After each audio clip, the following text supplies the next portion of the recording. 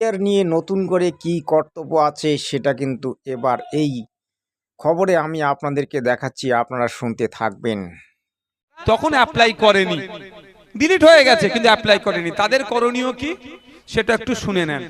তাদের এখন করণীয় হচ্ছে ডিস্ট্রিক্ট ম্যাজিস্ট্রেট ডিএম এর কাছে অ্যাপ্লিকেশন লিখতে হবে। যেটা অনলাইনে করছিলেন ওটা ডিএম এর কাছে করে সাপোর্টিং যে পেপারস আছে দিয়ে ডিএম কে জমা করি একটা রিসিভ নেওয়া।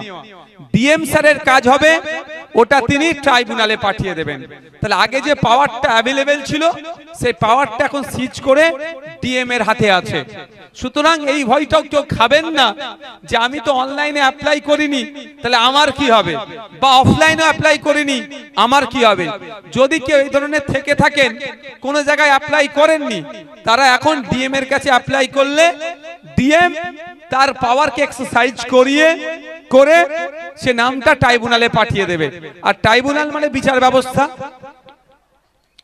তো এই বিচার ব্যবস্থার মাধ্যমে এটা সমাধান হবে।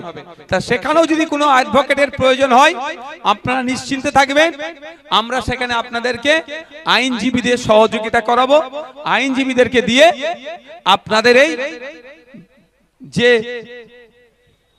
যে বিষয়টা চলছে এসআইআর প্রক্রিয়াকে আমরা শেষ করব। শুনলেন এবার এসআইআর প্রক্রিয়া কিভাবে শেষ হবে। আপনি কিন্তু আর বেশি দেরি না করে এই প্রক্রিয়াটি কিন্তু আপনি করবেন, তাহলে কিন্তু আপনি আবার নতুন করে ভোটে নিজের নাম নিযুক্ত করতে পারবেন। ধন্যবাদ।